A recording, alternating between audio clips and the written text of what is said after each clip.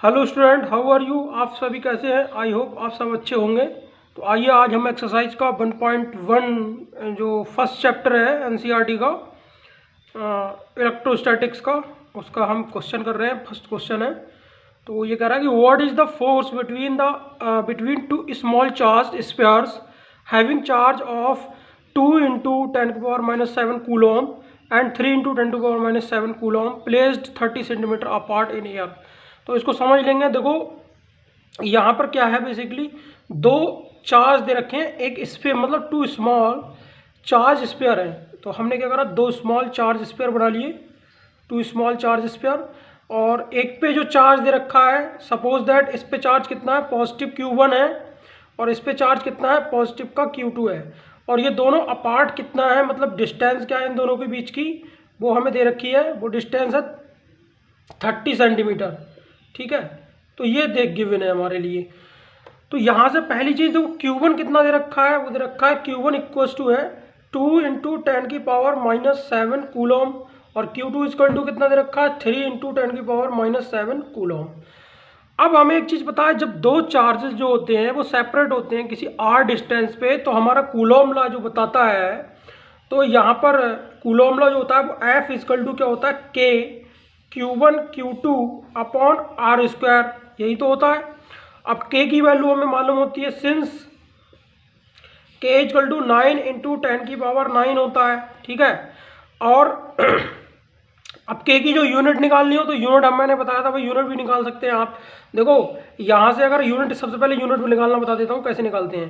तो जैसे मान लीजिए यहाँ पर आपको यूनिट याद ना रहे, तो K की यूनिट निकालने के लिए आप क्या करोगे, K equal to F_r² upon Q1 और Q2। अब F फोर्स की क्या होती है, न्यूटन होती है, और डिस्टेंस को मीटर स्क्वायर, और डिवाइड बाई ये क्या है, कूलम कूलम यानी कूलम स्क्वायर। ये हो जाएगा न्यूटन मीटर स्क्वायर पर कूलम स्क्वायर।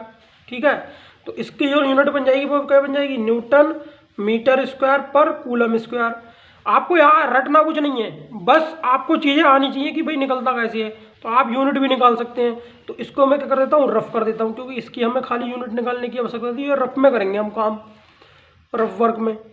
अब ये चीज़ K की वैल्यू आ गई हमारे पास में। अब हमें क्या करना है, यहाँ पर देखो Q1 की वैल्यू भी दे रखी है। Q1 इक्वल टू कितना दे रखा है, 2 × 10⁻⁷ कूलम, और Q2 कितना दे रखा है, मुझे रखा 3 × 10⁻⁷ कूलम, और R इक्वल टू कितना दे रखा है, 30 सेंटीमीटर। अब एक चीज़ देखो यहाँ ये किस में है, मीटर में है, तो इसको भी किस में कन्वर्ट करना पड़ेगा, आपको मीटर में कन्वर्ट करना पड़ेगा। तो देखो अब एक चीज़ मैं बता रहा हूँ यहाँ, देखो सेंटीमीटर को मीटर में कन्वर्ट करना है, तो कैसे करेंगे, तो यहाँ रफ में थोड़ा सीख लो इसे। अगर जैसे मान लो हमारा 1 मीटर इक्वल्स टू कितना होता है, 100 सेंटीमीटर होता है। ठीक, अब मुझे क्या करना है, 30 सेंटीमीटर की वैल्यू निकालनी है। तो यहाँ मैं इसको ऐसे लिख सकता हूँ ना, 100 सेंटीमीटर इक्वल टू 1 मीटर। तो 1 सेंटीमीटर इक्वल टू 1/100 मीटर। अब यहाँ कितना, 30 सेंटीमीटर, तो 30 सेंटीमीटर इक्वल टू 30/100 कितना, मीटर। तो ये आएगा 30 × 10⁻⁻2 मीटर, या इसको ले सकते हैं हम 3 × 10⁻⁻1 मीटर। ठीक, इतना लिखा जा सकता है। तो यानी कि इसकी जगह मैं कितना ले सकता हूँ, 3 × 10⁻⁻1 मीटर, या फिर 0.3 मीटर, ऐसा लिखा जा सकता है। ठीक है, तो ये हमारा क्या रहेगा, ये सब काम जो है ना आप रफ में किया करें। तो इसको हम रफ में करेंगे, तो इसको क्या कर देते हैं, आप हटा देते हैं। ठीक, इतना हो गया। अब इसके बाद क्या करना है हमने, अब कुछ नहीं करना, ये जो फॉर्मूला दे रखा है ना इसमें लगा देना है, फ्रॉम 1 नाउ फ्रॉम 1। यहाँ पर क्या है हमारे पास में, हमें निकालना क्या था, बेसिकली हमसे पूछा था फोर्स बताइए, what is the force between 2 small charge. तो F इक्वल टू हो जाएगा हमारे पास में, K की वैल्यू 9 × 10⁹ ठीक है। Q1 Q2 लगाइए आप, Q1 की वैल्यू देखो यहाँ कितनी है, 2 × 10⁻⁷, और Q2 की वैल्यू कितनी है, 3 × 10⁻⁷, ठीक है, और डिवाइड बाई R², R कितना है, 0.3 × 0.3। क्यों किया मैंने ऐसा, क्योंकि 0.3 का यहाँ पर R का स्क्वायर है, और R कितना हमारा 0.3 मीटर।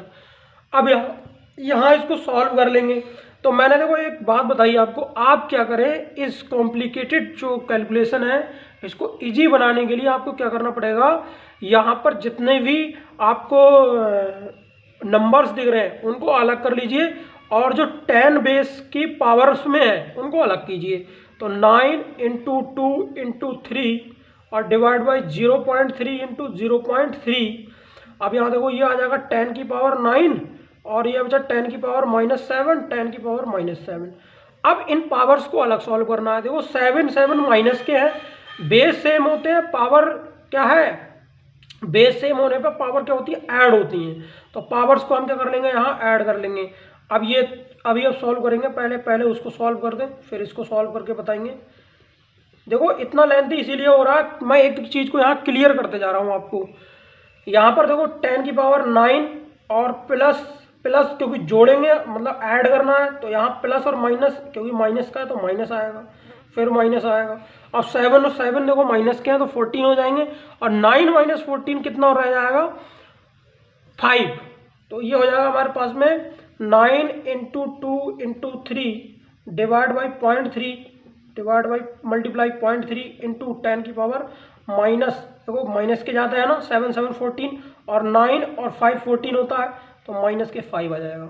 अब इसको काटने की बारी आई है, तो इसको कैसे काटेंगे हम, देखो इस पॉइंट से और इस पॉइंट से यहाँ पर इंटू हो जाएगा 100, क्योंकि यहाँ देखो पॉइंट हटाओगे तो 10 ऊपर आएगा, फिर पॉइंट हटाओगे 10 आएगा तो 100 हो जाएगा। अब इस 3 से ये 3 कट गया और इस 3 से ये 3 3 जा 9 हो गया।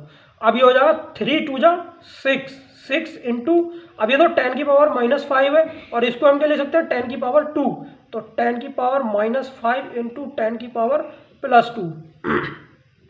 -5 और +2 क्या रह जाएगा, -3, तो ये हो जाएगा 6 इंटू 10 की पावर -3 और क्या रहेगा न्यूटन, क्योंकि फोर्स निकालना है तो न्यूटन में आएगा। ठीक है, ये हो गया हमारा आंसर, ये आंसर है।